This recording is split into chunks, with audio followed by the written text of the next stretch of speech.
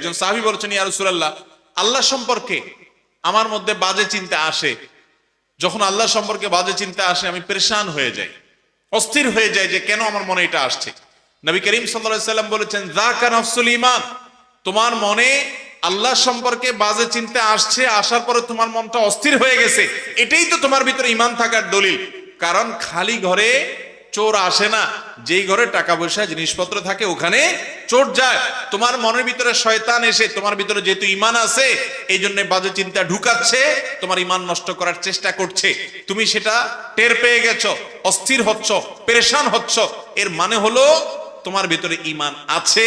এটা ঈমান থাকার প্রমাণ। তোমার টেনশনের কারণ নাই, বরং আল্লাহ শুকর আদায় করবা, আর এটাকে একেবারেই আমলে নিবা না। এরকম ইচ্ছার বাইরে মনে বাজে চিন্তা শয়তান ঢুকিয়ে দিচ্ছে, এর কারণে আপনার ঈমানের ক্ষতি হবে না, এর কারণে আপনি বেঈমান হবেন না, বরং এরকম পরিস্থিতি আসলে কয়েকটা